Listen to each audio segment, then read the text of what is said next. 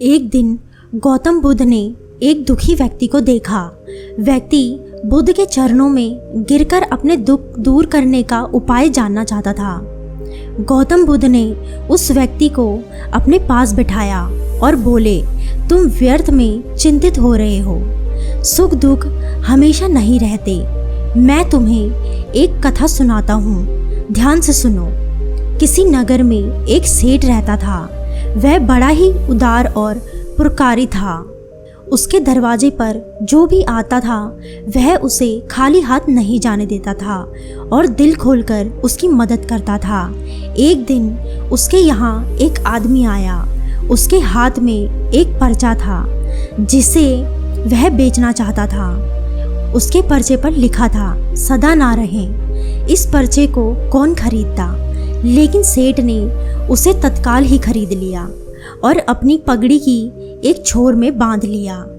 नगर के कुछ लोग सेठ से ईर्ष्या करते थे। उन्होंने एक दिन राजा के पास जाकर उसकी शिकायत की, जिससे राजा ने सेठ को पकड़वाकर जेल में डलवा दिया। जेल में काफ़ी दिन निकल गए। सेठ बहुत दुखी रहता था। क्या करें, उसकी समझ में कुछ भी नहीं आ रहा था। एक दिन अकस्मात सेठ का हाथ पगड़ी की गांठ पर पड़ गया। उसने गांठ को खोलकर पर्चा निकाला और उसे पढ़ा।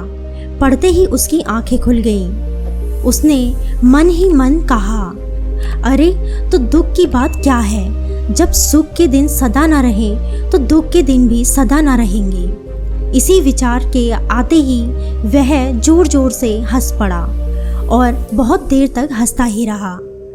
जब चौकीदार ने उसकी हंसी सुनी तो उसे लगा सेठ दुख के मारे पागल हो गया है।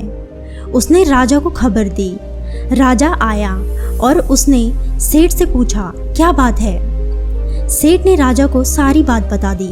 उसने कहा, राजन, आदमी दुखी क्यों होता है? सुख दुख के दिन तो सदा बदलते रहते हैं। सुख और दुख तो जीवन के दो पहलू हैं।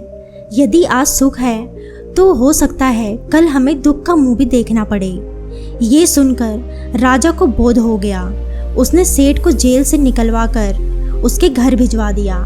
सेठ आनंद से रहने लगा, क्योंकि उसे ज्ञात हो गया था कि सुख के साथ दुख के दिन भी सदा नहीं रहते।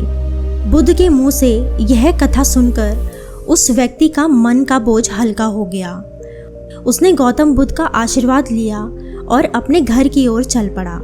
तो दोस्तों, वीडियो पसंद आई हो तो वीडियो को लाइक करें, चैनल को सब्सक्राइब करें और तब तक के लिए टेक केयर।